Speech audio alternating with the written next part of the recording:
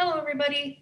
In this video we're going to start chapter 1, which is about functions, graphs, and limits. The first 4 sections of chapter 1 are basically still review, but a little less of an algebra review and a little more of pre-calculus review, or just the basics of what we need to know about functions and graphs.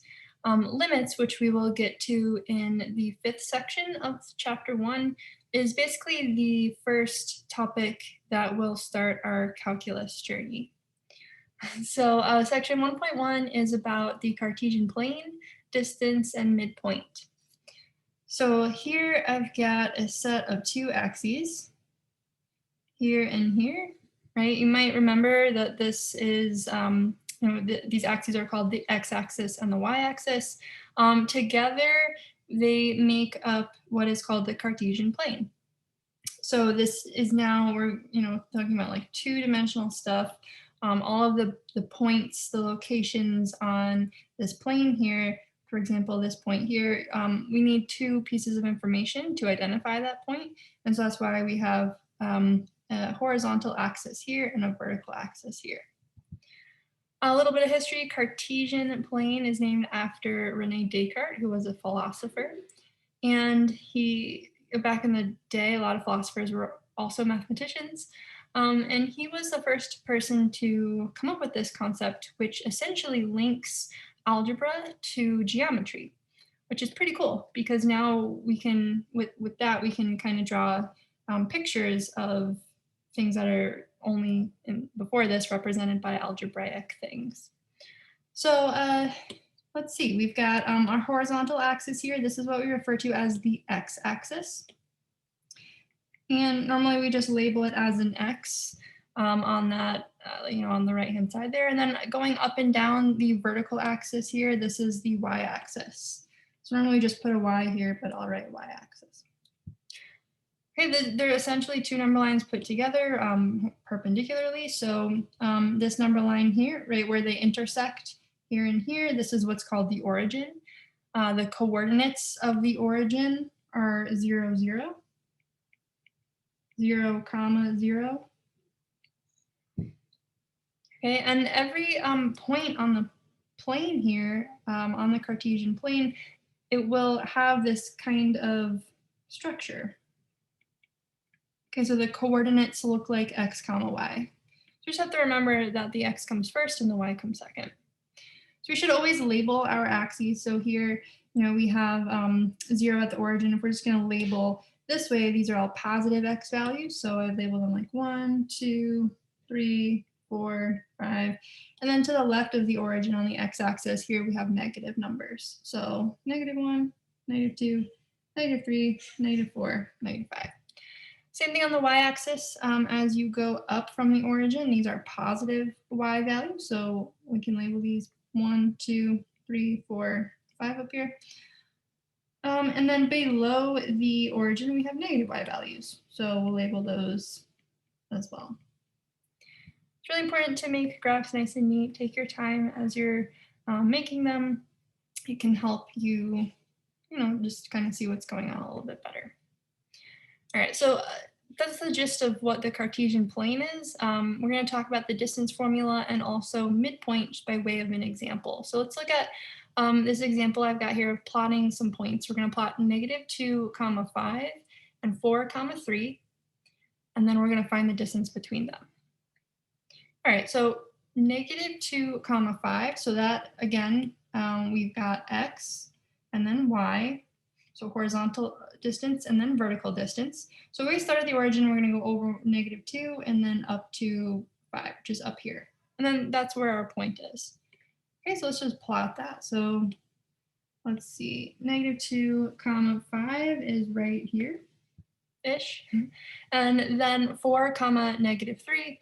All right, we go over 1, 2, 3, 4 on the x and then down 3 on the y. And so that's the location of that point here.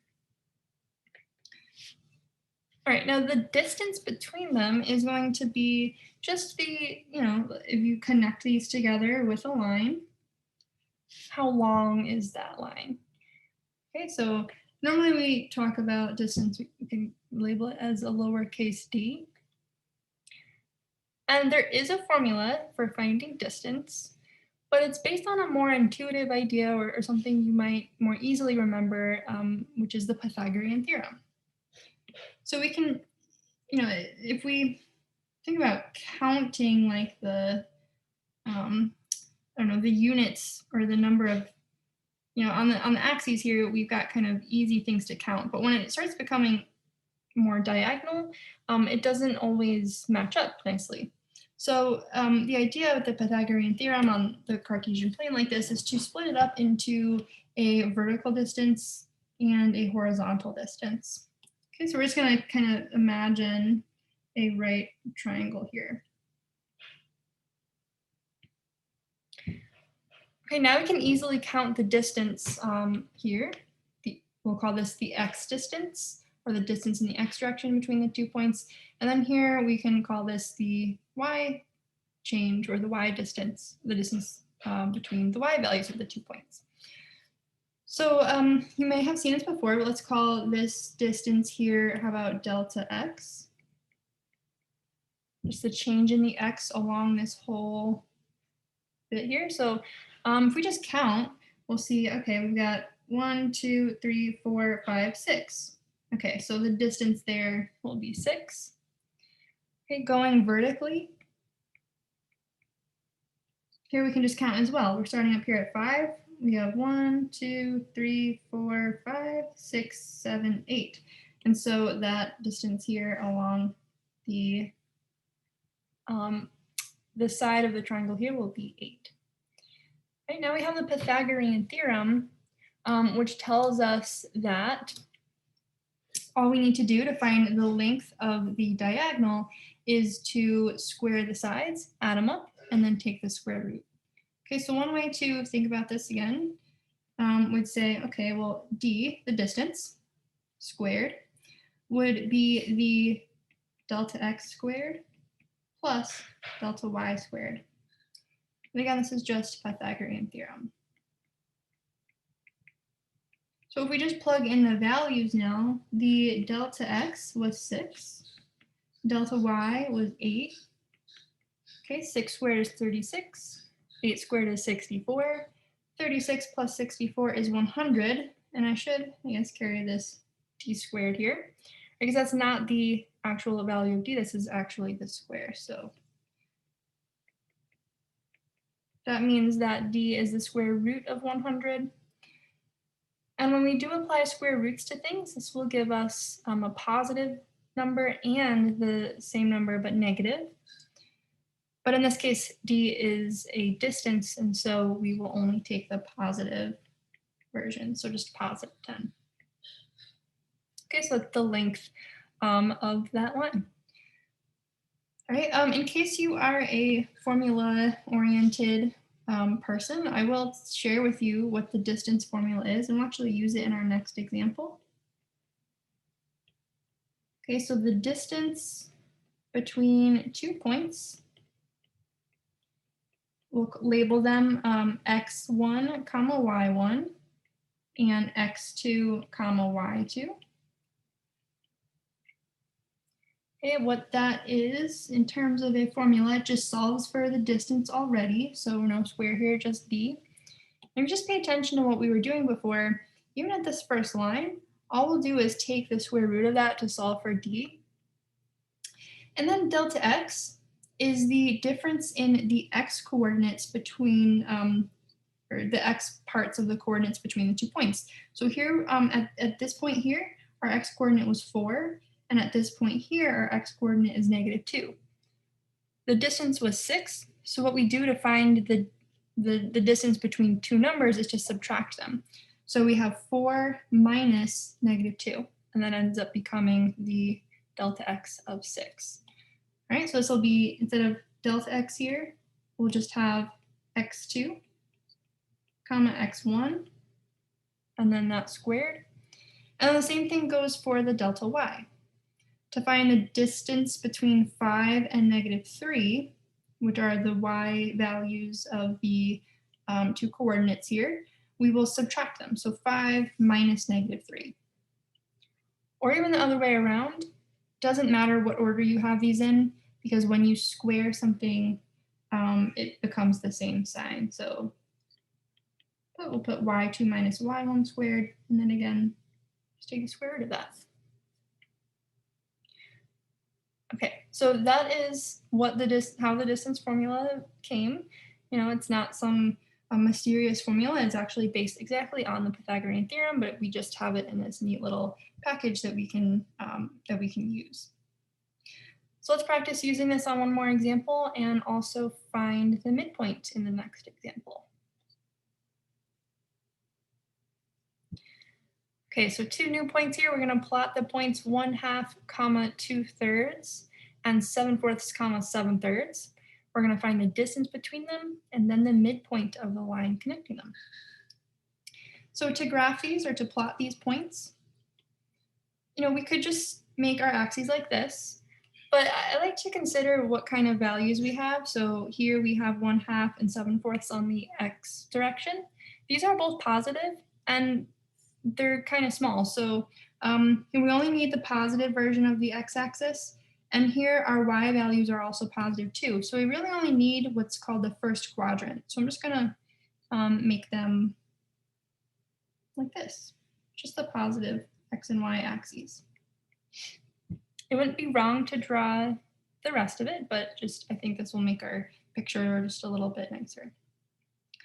Okay, the x values the largest one is 7/4.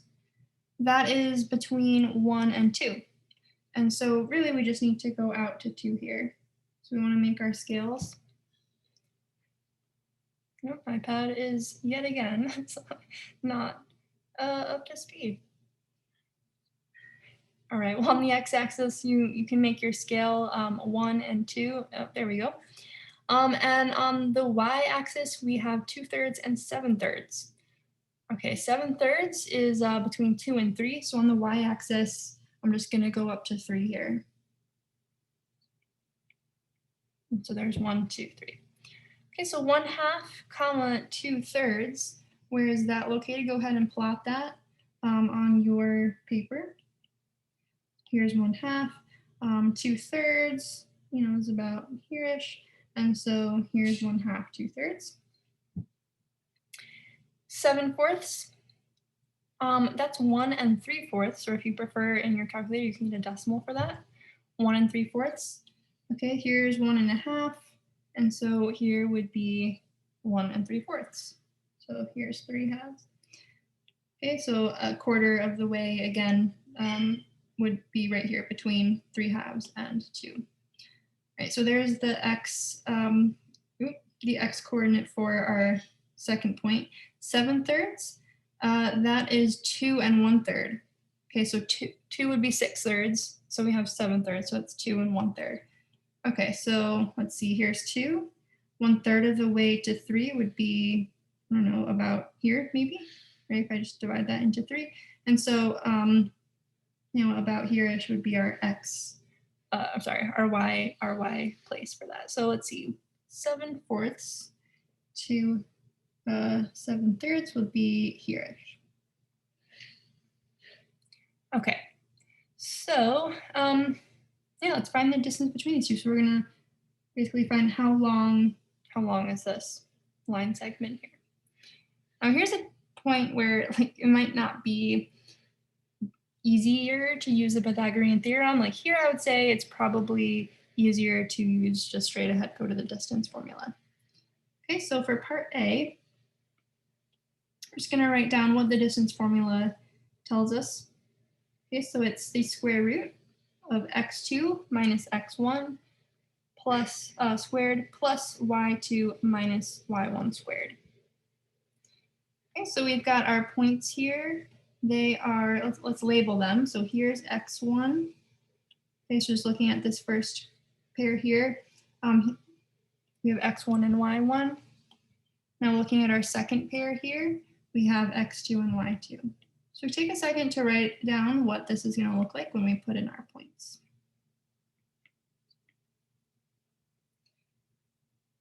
Okay, x2 is 7/4, x1 is 1/2, y2 is 7/3, y1 is 2/3. Okay, so now if you are a calculator person, which I'm sure, I mean, these fractions are a little intimidating here, but let's just try to go through this and simplify it. I would recommend that before you go ahead and put it into your calculator as it is. So remember your order of operations. You have to do what's inside of the parentheses first. Okay, so like PEMDAS, parentheses, then exponents, then multiply, divide, then addition and subtraction. So we need to basically do this inside the parentheses first. Same thing over here. Okay, now to combine these two fractions together, 7/4 and 1/2 by subtraction, so these two guys right here, we need to have a common denominator. All right, we've got 4 and we've got 2. The least common multiple of 4 and 2 is 4. So we can leave the 7/4 alone. Just gonna kind of do the work for this here. So we can leave the 7/4 alone, but 1/2 we're gonna wanna convert into something with a denominator of 4. And that will just be by multiplying it by 2/2.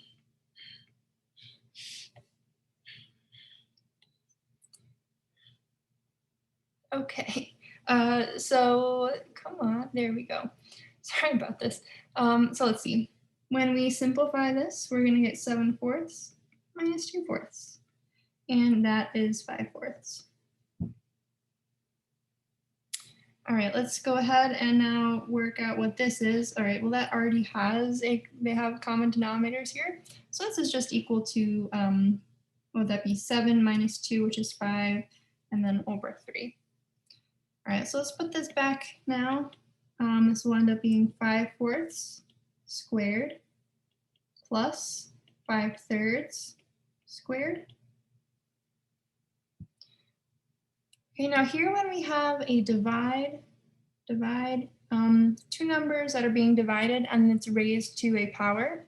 Here, this is one of our properties that we reviewed in the last chapter where you can look at this as 5 squared over 4 squared.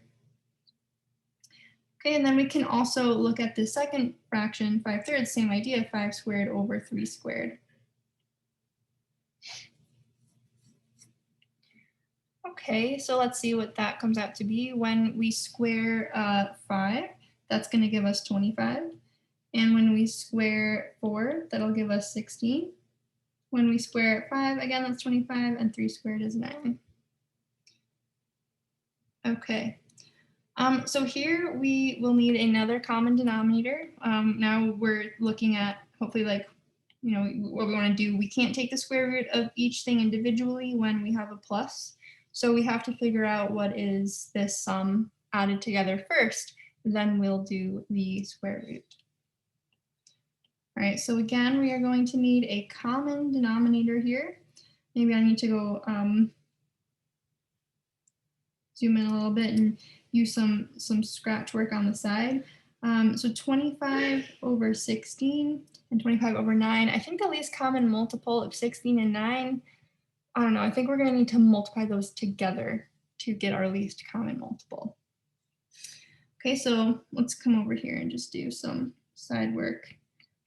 So, right, what I'm saying is we're going to need to take the 16, multiply that by 9 over 9.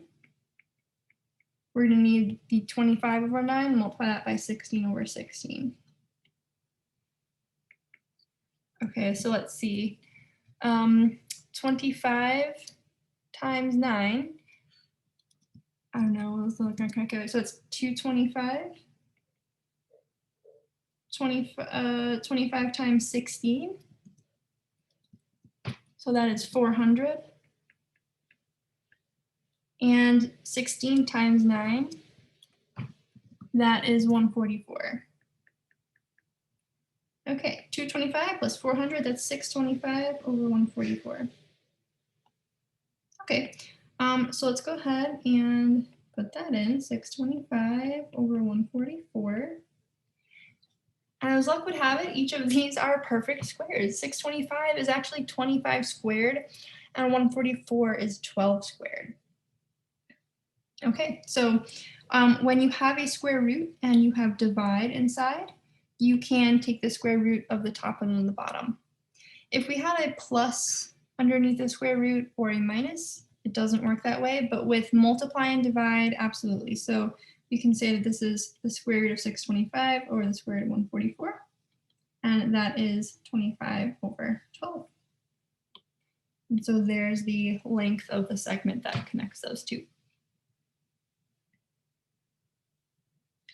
Okay, why don't we now look at part B? So this is asking about the midpoint of the line connecting the two. All right, so let's just head back over here and see. All right, midpoint, it's exactly what it sounds like, right? It's the point that's halfway, so it's about here. Let's just mark that so we have a sense, right? Here's where the midpoint might be. It's a coordinate. Again, it's kind of, we don't want to eyeball stuff, we want to be exact. So here's a formula for the midpoint. Now it just relies on the fact that the x coordinate of the midpoint is going to be halfway between the two x coordinates of the points that we're looking at, and the y coordinate of the midpoint is going to be the point that's halfway between the y values of the coordinates.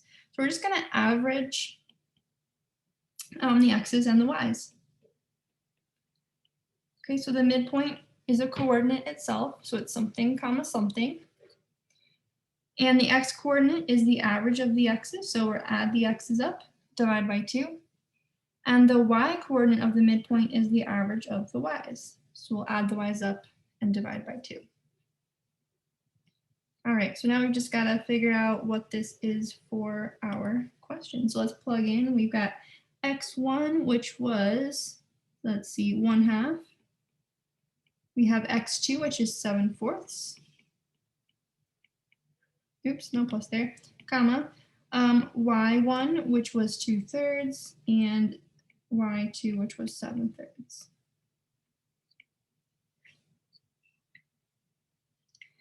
All right, so when we don't want to leave it like this, right? This is definitely not the nicest way to write a number.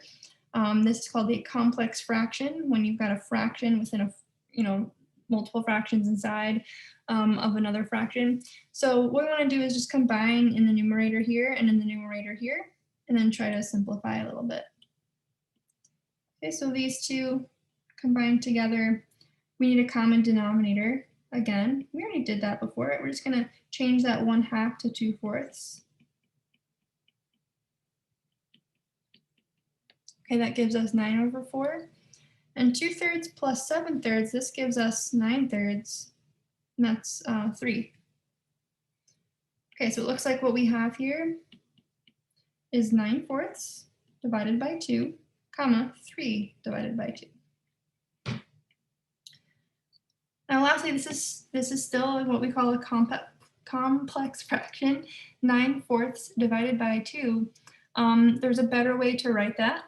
So when you have a fraction divided by something else, or any kind of division involving a fraction, what we do to simplify that is you take the top part, the numerator, and we leave that alone. We change the division to multiply, and then we multiply by the reciprocal of the denominator. Our reciprocal is a fancy word for just flipping the denominator. So this is going to end up looking like, well, let's see, we can do this separately. I'm just going to move this up here. All right, so that's that. So 9/4 divided by 2, we're going to change the divide to multiply, and the reciprocal of 2 is 1/2, because 2 is really 2/1. So we flip the top and bottom. Now when we multiply fractions, we multiply across the numerators and across the denominators. So this is going to end up being 9/8. There we go. So this whole thing is 9/8, comma, 3/2. There is the location of our midpoint. Now let's just check out in the picture if that makes sense. So 9/8 is a little bit bigger than 1, okay, on the x-axis. So here's 1, a little bit bigger than that. 9/8 is about here. All right, that makes sense, right? 3/2, that's 1 1/2, so that's about here. And that's just about exactly where we had our midpoint. So we can just label that here. This will be 9/8, comma, 3 times.